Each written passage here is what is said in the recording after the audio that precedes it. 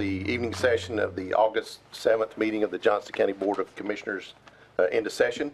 Welcome those who are here in person and those who are watching us on our live stream on YouTube. Just want to say a little announcement that this morning we traditionally open with the prayer and the pledge. So I just want to let that be known. Some people ask about that. And also want to talk about the 6 board priorities that just remind every one of those. They are infrastructure, financial stewardship, land use, which we will be discussing tonight, and several items, public safety, and county employees. And I also need to announce that we had 2 board appointments that we needed to make this evening. We submitted our ballots to the clerk, and we have an appointment to the Board of Health. Mr. David Pierce was appointed to fill an unexpired term that ends February the 28th of 2025. And for the Hospital Authority nomination, we are submitting the names of William Massengill, Patricia Chisholm Jones, and Jeff Parlier to the Hospital Authority.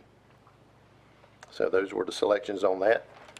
With that, we will move on to the first item, which is the approval of the agenda. And I think we have a need to adjust that.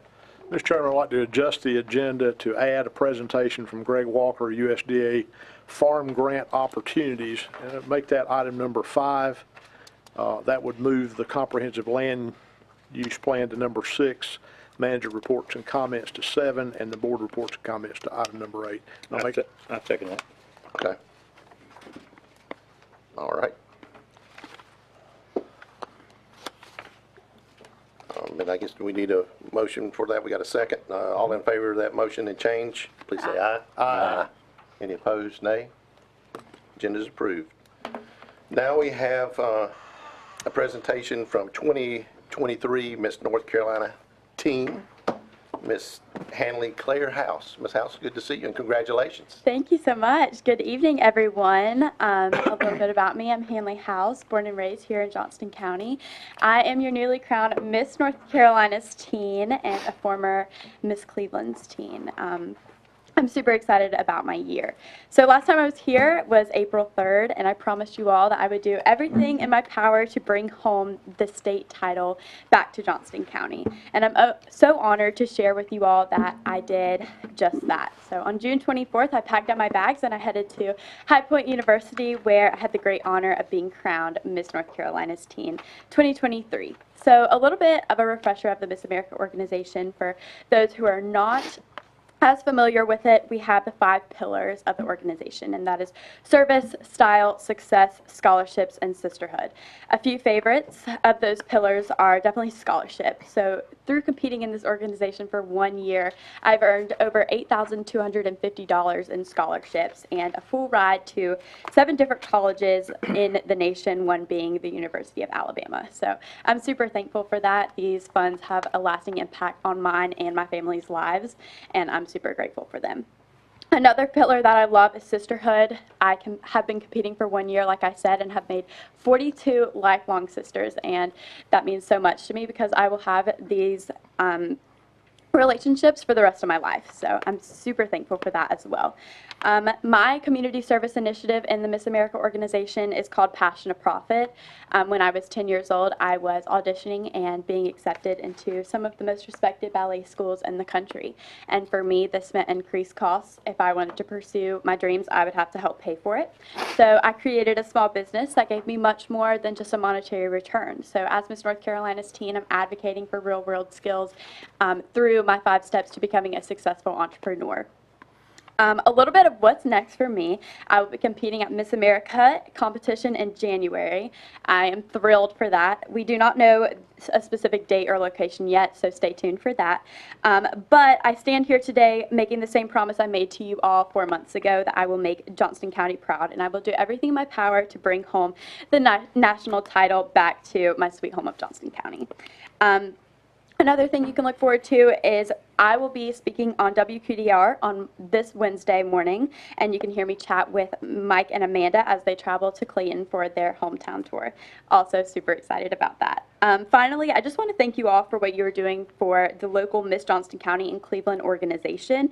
Your support and the incredible sponsors, such as a few are Dirtwood Stevenson, Deacon Jones, Dwayne's, Kentar, and many more. So you all are the reason that girls like me have the opportunity to experience this organization, and again, this organization has changed my life and others, and it is my honor to keep it going for the next girl who dreams of change the world. So thank you all for giving me the opportunity to speak to you guys today. I would also love to personally invite you all to my welcome home party. I have invitations for you guys. Miss April can distribute them. But thank you guys. Thank you so much. Thank you so much. Congratulations.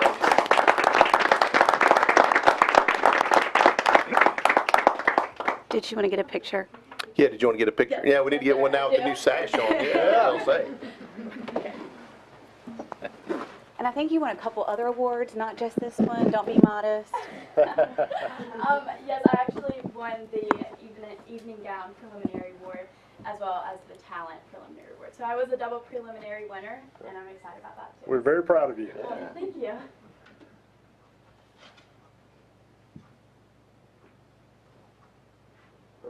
Thank you, guys. Thank you. Thank you. Congratulations.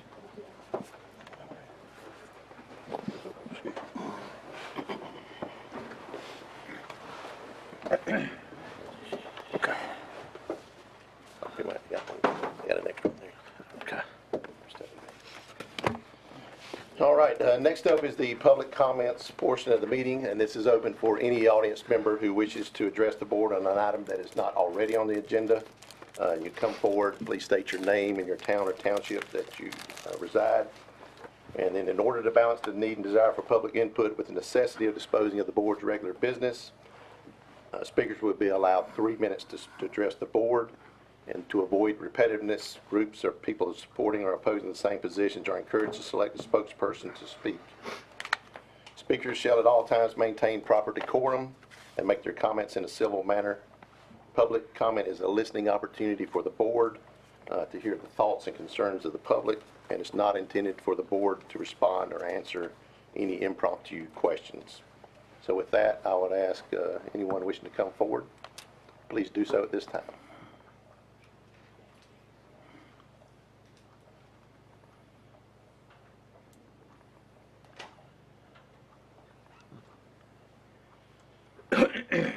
All right, I don't see anyone coming forward.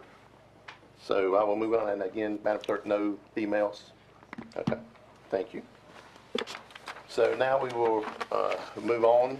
We have two public hearings, case 22, 17, and 18 that were postponed until September 5th at our 6 o'clock meeting.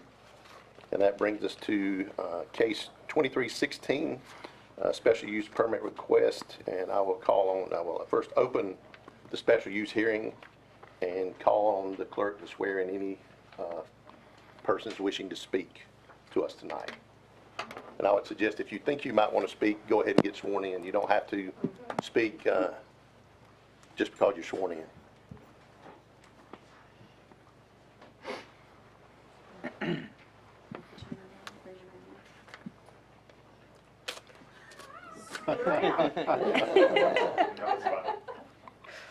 Do you swear that the testimony you are about to give before this hearing is the truth, the whole truth, and nothing but the truth, so help you God?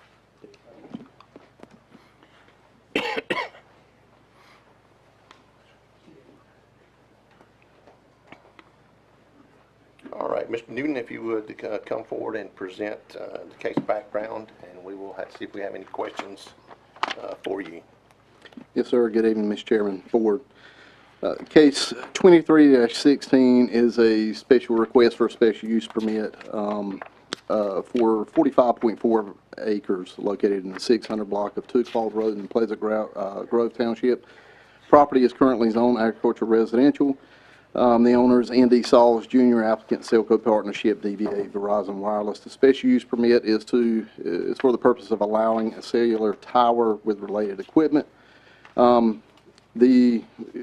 as stated earlier, the property is on agriculture and residential in use for such purposes, and surrounding zoning and land uses for where surrounding properties is agriculture, residential, and such purposes as well. Traffic count on Two Claude Road is 1,100 vehicles per day. This is a 2016 count, and it does not appear on our CTP as a boulevard needing improvement. We do not anticipate any traffic generation or very little traffic generation from cell towers. That's only visited for during the construction period and maintenance, general maintenance. This property is located in a primary growth area as per the county's current comprehensive land use plan. This project was vetted quite thoroughly. It was submitted. The project was submitted for consideration. Formal application was made in May of 2022.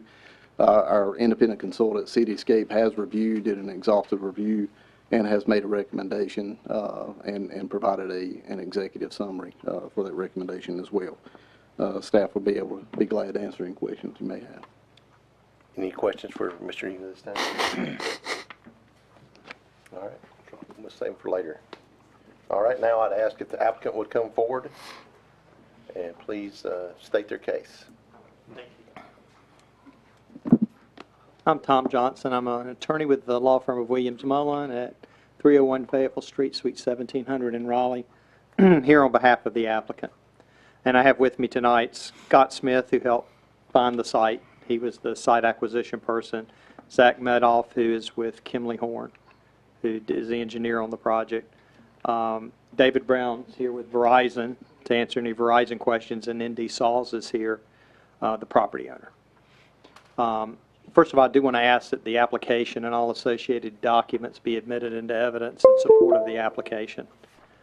And also, we concur with the staff's report and recommendations for conditions.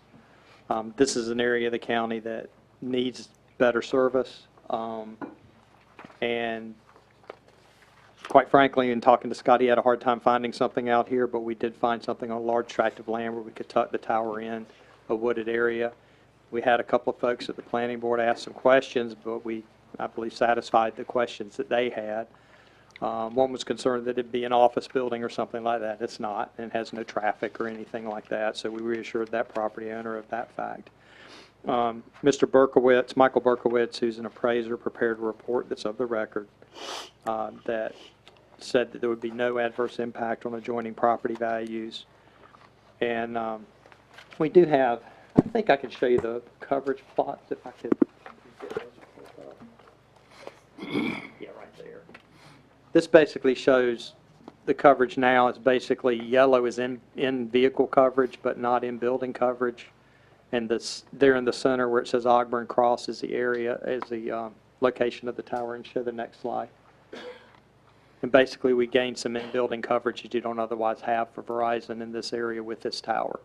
And it helps connect with the other adjoining towers, as you can see, and fills a hole there where you don't have that in-building coverage, which is so important because folks use their cell phones now as their primary way to communicate with one another, and they typically don't have landlines anymore, and also use it for internet access. So that's why it becomes so important, especially in this area of the county. You know, I have my witnesses available and sworn if there are any questions you may have.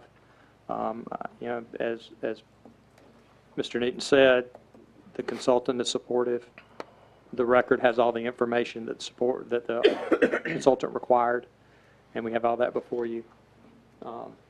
So I'm glad to answer any questions if you have any specific engineering questions or anything else you may have about the site. So, Mr. Johnson, I would ask, and since you assembled your team, is if you could at least briefly address each one of those four findings of facts. And I know we have a written record, but I'd like to. Okay, that'd be. I will say we do have a new laser. I'm happy to, and I concur with the findings that are in the record, but I will go through each one of those for you. Okay. And summarize those for the record, especially since this is so the public can hear those. Finding of fact number one, the use or development is located, designated, proposed to be operated so as to maintain or promote public health, safety, and general welfare. Again, as I mentioned earlier, folks need access to wireless service in order to get access to 911 in the event of an emergency. And so it becomes a huge public safety matter from a health perspective. So much of what we do now with wireless is tracking health information and assists you in getting access to health information, especially in rural areas. So that's why it becomes so important. Especially if there's a gap here. In the event there's an accident, you can get access to 911. The second finding is that the use of the development appears to comply with all required use and intensity regulations of Article 2 and 4 of the Johnston County Land Development Code and the applicable specific standards in Section 14-257 and all applicable regulations. This is a passive, unstaffed, low-impact use. It doesn't create any significant noise, odor, glare, traffic, or other burden on county services or adjacent properties.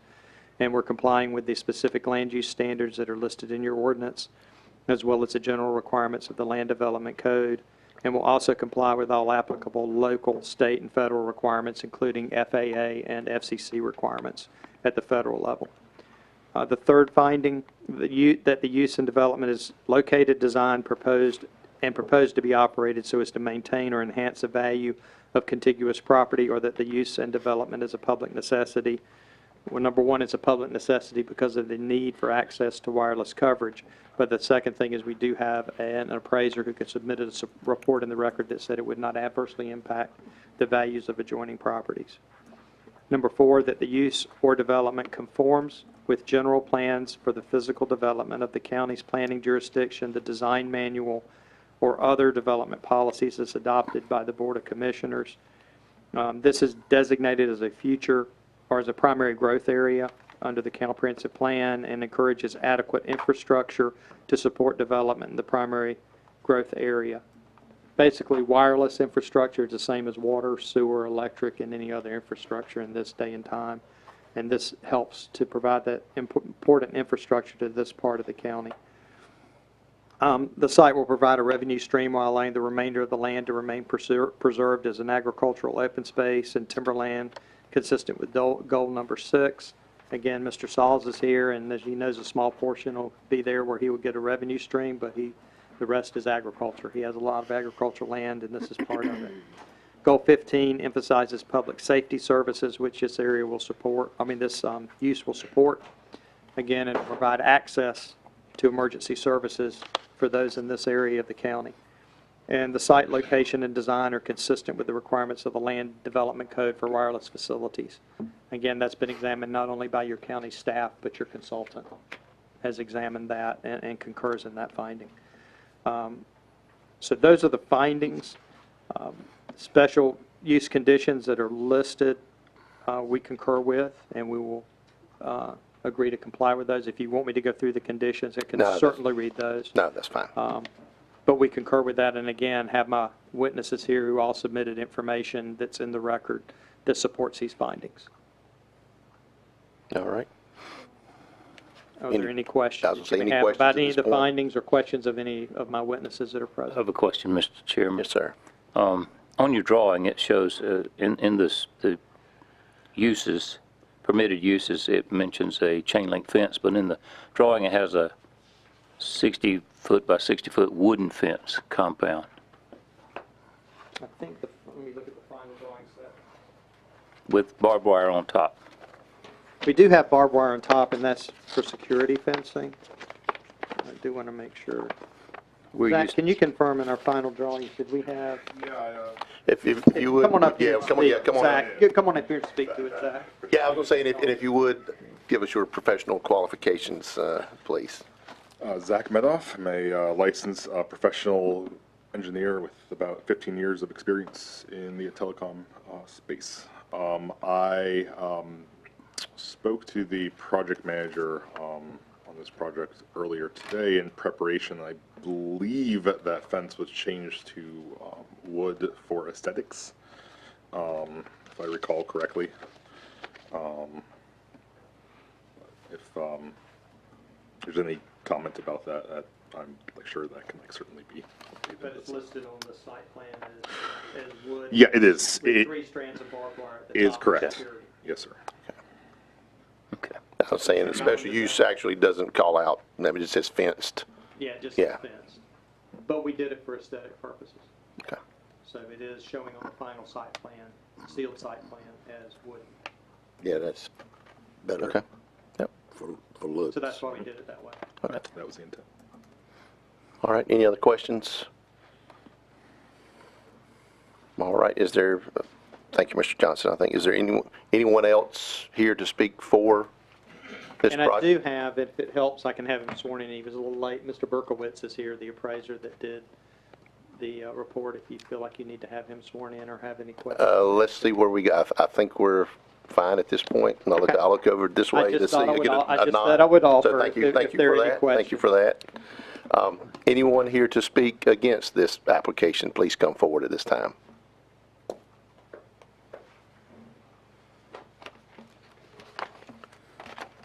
All right, seeing no one else, I will close the public discussion portion of the hearing and call for Mr. Newton to come forward and summarize and present the planning board's recommendations. Yes, sir, as it relates to special use case 23-16 and the request for a special use permit to construct a cellular telecommunications tower on the subject property, staff does recommend approval, and our finding that they've met the findings, the 4 findings of fact, and offer that recommendation for your consideration. All right, any I have a questions? question. Yes, sir. You mentioned earlier that the application was started in May of '22. Taking this long, was that just the elements within the process? Did we slow it down? Did they slow it down? Or why does it take so long? So during the review, and if you'd like, I'd love to have our representative from Cityscape come up and answer, but I think I can answer for you. So it's an arduous review in some cases, and if we're not satisfied that the information they're providing is meets our standards and requirements, then we'll ask them to provide that information, and that's essentially what took that span. Okay. I believe there was also some FCC information that needed to have been provided that took a little time as well. Right. All right, any other questions? All right, I will close the special use hearing, and I will turn it over to the board for their discussion. Mr. Chairman, based upon findings of fact and special use conditions, I move for the approval of special use permit in case number 2316. Second. All right, we have a motion and a second. Any other discussion? If not, all in favor of that motion, please say aye. Aye. Any opposed, nay? Motion carries. Thank you very much. Thank you, gentlemen, for coming. All right, next up, we have the item related to the preservation of farmland and opportunity, a grant opportunity for that. So, yeah, I would say, Mr. Chester, if you'd come forward and introduce that for us. Thank you, Mr. Chairman, board members. Back during the budget process, which was just a short time ago, the commissioners made a commitment to designate some of the rollback funds from when property is converted from present use value out of that into the tax office, to commit that on an annual basis for conservation easements and things of that nature, farmland conservation easements. Greg Walker is here, and he is the Director of Soil and Water Conservation. And they have an opportunity to apply for some federal funds, which involves some local match, I think state too. And so the deadline on this is like the middle of the month before you meet again. And so he would like to just approach the board and talk to you about it and see if the board is willing to participate. All right. Thank you. Good evening, sir. Thank you very much, Mr. Hester, for getting me on tonight, and thanks, Commissioners, for allowing me just a few minutes, and I will take just a few. Johnston Soil and Water Conservation District has been interested in pursuing conservation easements to protect farmland for a couple years now. We're in year 3, and we've been able to demonstrate a significant increase in interest. And so we've got an opportunity to use local resources and go after federal and state funds in a large way. There's a grant opportunity right now that is coming due shortly, and with your support, it would make us very, very competitive. And so, you know, Johnston County is losing farmland faster than any county in North Carolina. So I think the time is now to make a move and get in it in a significant way if we can. So, my ask tonight is simply a letter of support as we move forward. But I think the strength of our application is going to be our local interest, our local staff that puts the time and resources to this effort. But we want to go at it in a big enough way that would make a difference if we can. So being able to have a dedicated fund pool, and our grant is it's called Regional Conservation Partnership. And it's about putting a significant amount of money to where local partners have some skin in the game as well to make a big difference. So the opportunity is before us, and I really appreciate the opportunity to be in Johnston County to pursue this right now. So basically what I'm asking you for is a letter of support as we move forward to pursue conservation easements the next several years. Mr. Chairman, I have served on the state's Ag Department's Farm Preservation Advisory Board for a couple of years now, and this looks like an ideal opportunity to leverage other funds in addition to the funds that we had designated in our budget process. So I think it's a good idea and a good timing to do this now. Mr. Chairman, I make a motion that we authorize you to execute such a letter as is needed. Second. All right, we have a motion and a second. Any other discussion on that? I just want to, so it's a 5-year? It's a 5-year grant. Okay. And we will try to load front heavy in order to conclude it successfully. But we can go into a lot of detail we won't go through here, but yes, 5-year grant. All right.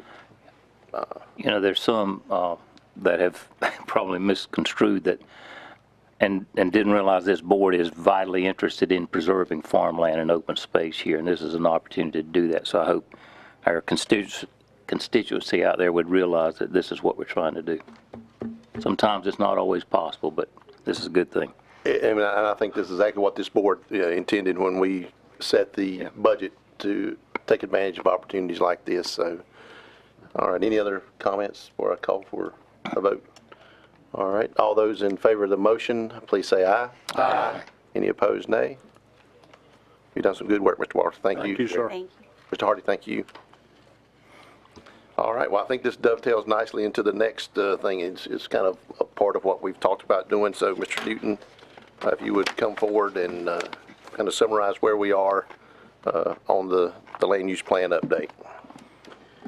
Yes, sir. So, as you're aware, your last meeting you did hold the required public hearing, and our consultant team and the steering committee, planning board, we have made every effort to publicly engage or to provide public engagement through various means, both in-person engagement events, as well as numerous surveys. And the results of this, we submit for your consideration the Envision Johnston 2040 Comprehensive Land Use Plan, and have provided for you resolution for adoption of the plan. Be glad to answer any questions you may have. All right, any questions? Comments? Mr. Chairman, I make a motion to adopt a resolution approving the Envision Johnston 2040 Comprehensive Land Use Plan. A second. All right, we have a motion and a second. All those in favor of the motion, let me see, any other discussion before I jump? All right, all those in favor of the motion, I'll get it out here in a minute. Please say aye. Aye. Any opposed, nay? Motion carries. We're going to also direct our staff. I'm getting there. Okay. I'm getting there. Make sure we didn't get No, it. but before we get there, I did want to say thanks to the committee that worked diligently on this for a long period of time, our planning board who worked on it as well, the public who provided the input for it, our consultants who worked on it, and then our staff who've been knee-deep and eyeball-deep, not knee-deep, eyeball-deep in this for 2 years now, but thank you all for that. And that being said, one of the things that we've talked about along the way is this is step one. And the next piece of this is putting ordinances that go together and match up. with our land use plan. So if it's the wishes of this board, I would like to direct staff to go ahead and begin that process. And hang on, let me make sure I say what I need to say. But if they would move forward in negotiating a contract with consultant services agreement with Green Heron, who has worked part of our land use plan process, to assist with land use development code ordinance revisions. Is that acceptable to the board? Yes. Yep. We don't need a motion on that? Okay.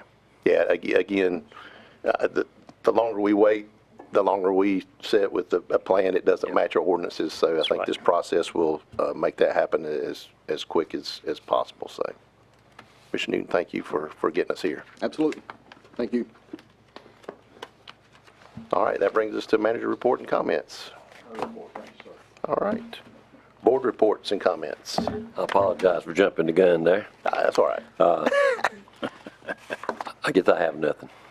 I got notes. See, I got some notes you don't have. So yeah, Good. I got to follow the notes.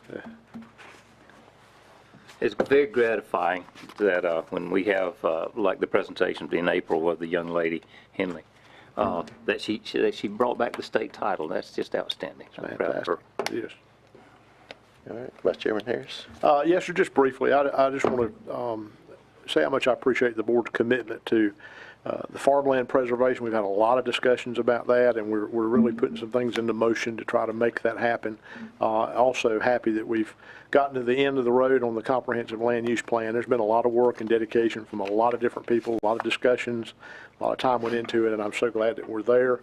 And now we get the ordinances redrafted to match that. I think that Johnston County will have a bright future, and I think we'll be all better for it in the years to come. So I appreciate everybody's work on it. Thank you, Mr. Chairman. Do you want to go last this time too? Can you come back to me? It might be quick again. Commissioner Stevens. I'm good, thank you. Commissioner Smith. There you go. I'm good. Well, I'm good as well. So I hear a motion to. Mr. Chairman, I move we adjourn. All right. Second. We have a motion and a second to adjourn. All in favor say aye. Aye. We are adjourned.